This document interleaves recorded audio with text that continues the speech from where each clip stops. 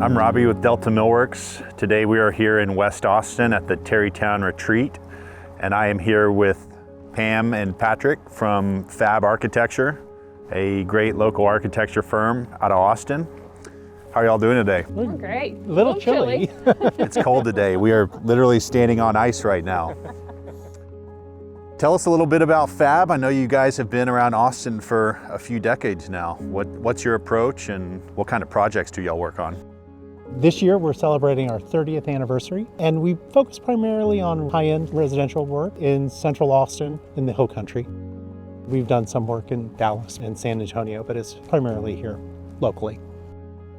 With us being centrally located, we end up doing a lot of renovations like this one, breathing new life into maybe a project that has not received good guidance over its years, and we enjoy giving it longevity.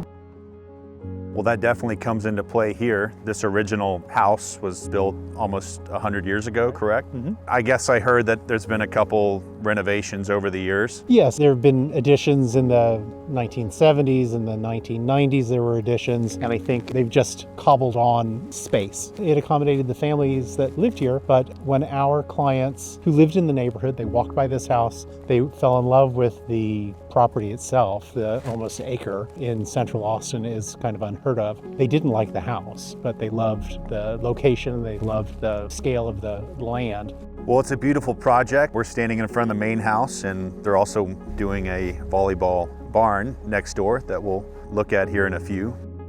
I guess let's talk materials on this main house. We did the flint rock Accoya on this project, and I know you guys have worked with Accoya before.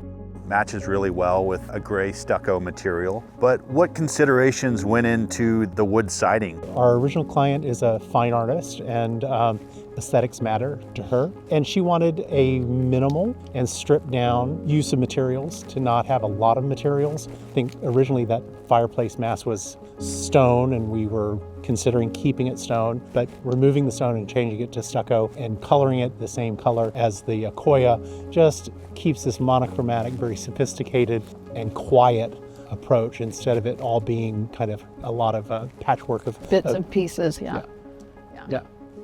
So this wood was installed about 3 years ago, we were talking about earlier, and seems to be aging really well. It's been beautiful. It's not been any issues. I mean, I think our contractor who was part of this project really took care and working with you all in the specifications of how to apply this material. They did a great job for us, and it shows. You know, just going back 20, 30 years, how has wood and wood in design evolved over the decades? What's new today that may have not existed back when you started in architecture? It would have been unheard of to put wood on this much volume in Austin, Texas 20 years ago. It would have been a maintenance issue for a client, and it was being done, but clients weren't happy 3 years down the road. Yeah, required a lot of maintenance. And when we saw your material here first time and heard of the properties that it has and the guarantees that it has, it really opened up our eyes to what we could do with wood products. Yeah, just the degree of kiln dryness just didn't exist then, and that's a game changer. So it's fun to be able to paint with this material and be confident that you're doing your clients a service as well. So this is really a two-coat stain that we factory apply, and it's really a semi-transparent stain, so you still get some of the natural tones and you see the grain of the wood coming through. What were some of the original wood products? Were there even semi-transparent stains available, especially like a pre-finished product? It was painted product and then heavily stained product. Nothing as light as this, where you would just lose the integrity of the wood grain. Quality of the wood. Yeah, pre-finished wood has come a long ways. So this flint rock product was also used on the interior ceilings, is that correct? And walls. And walls. Of this main space that you walk into that's vaulted and skylit. So when we took out the bedroom and connected from the front of the house all the way to the back of the house, there's a central volume. And so we lined that entire central volume with the same material. So it brings the outside material in and is very dramatic and is kind of this center core with the dark flint rock Accoya.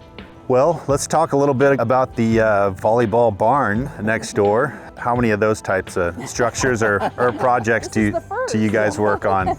Yeah, so our original clients, they decided to sell this house after finishing it, and the new owner came to us after he was able to acquire an adjacent property and asked us if we could design a volleyball facility, and that we would love to use the same material, same detailing, and kind of make this more of a continuation of the original structure. And what's amazing is that the new siding went up 6 weeks ago, and it looks the same as the siding that's been here for 3 years. Very cool structure over there. When we pulled up, we thought it was another guest house.